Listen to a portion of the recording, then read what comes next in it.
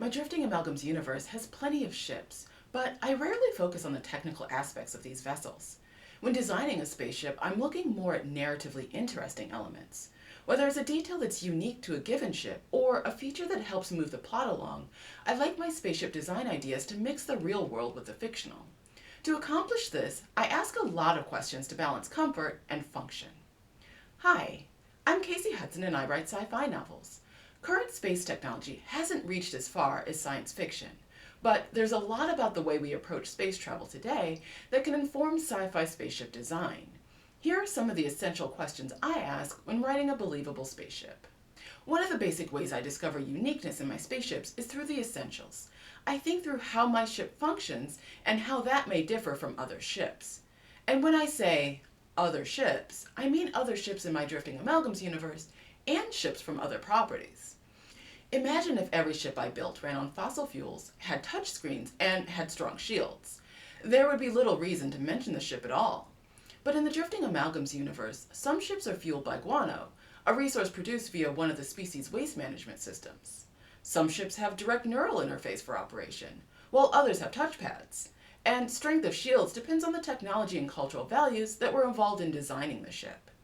When coming up with spaceship design ideas, I find it helpful to look at spacecraft anatomy. How does the ship get where it's going?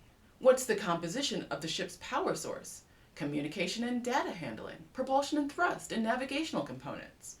And again, I don't necessarily detail technical aspects.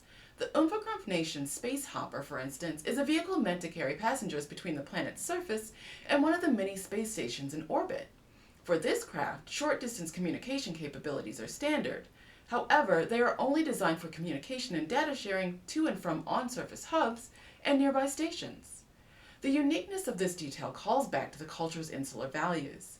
These spacecraft do not allow communications outside of the nation, which is uncommon for non-nation ships. Another way I like to play with the character of a spaceship is with the usage and usability of the ship. Here, I create the standard ship, its intended use. Then I layer modifications, accommodations, and upgrades on top of the baseline model. Let's say I start with a basic ship. Intended use, personal and small freight transport. But I modify it for smuggling purposes. A fake compartment that looks like an engine system makes this ship unique. In it, one can stash illicit goods, and the compartment mimics the heat and density of the non-existent engine.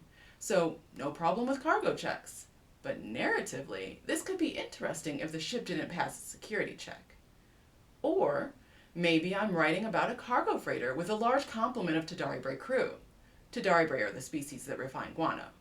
Since Tadari Bray are not affected by their own guano, no problem. But what upgrades could be made to this basic freighter to ensure the safety of non-Tadari Bray? In this case, special enclosure and filtration chambers store the ammonia-rich resource for later refinement.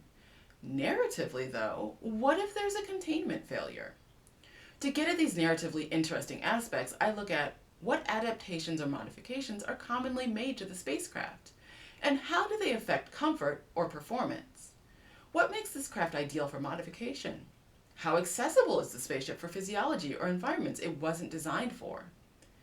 And as I suggested before, the decisions I make when designing a spaceship are sometimes about the characters who use the ship.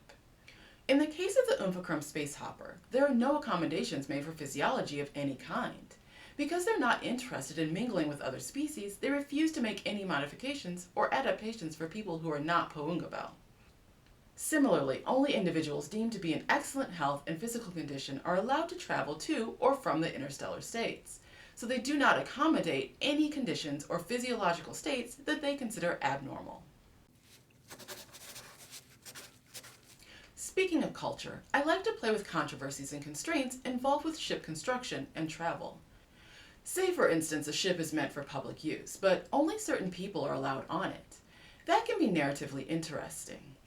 My interstellar states don't commonly have artificial gravity, so a child born on one may not meet the definition of fit. Does that mean they can never see their parents' home planet? Even though the technology exists to help their bodies endure gravity?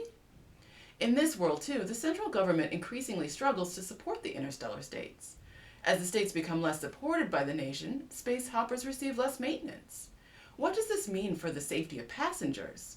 or continued ability to visit the planet's surface. When working with external factors alongside internal ones, I'm thinking about the construction, operation, and maintenance of ships, whether they are public, private, or commercial. Are there any difficulties surrounding the making of the ship or the sourcing of materials?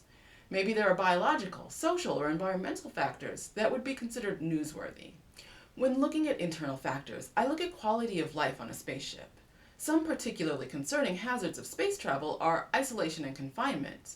Being in a confined space with the same people for months, even years, can be taxing. Plus, living and working in the same place with little to no support from ground control means that the professional and psychological training needed for a space crew is extensive. Physical space inside the craft, exercise equipment, and even light therapy to maintain circadian rhythms can be interesting spaceship design ideas to work with. There's a lot to manipulate when I think beyond the nuts and bolts of designing a spaceship. With some effort, I can give my ship's character and a voice within the narrative. Until next time, stay inspired.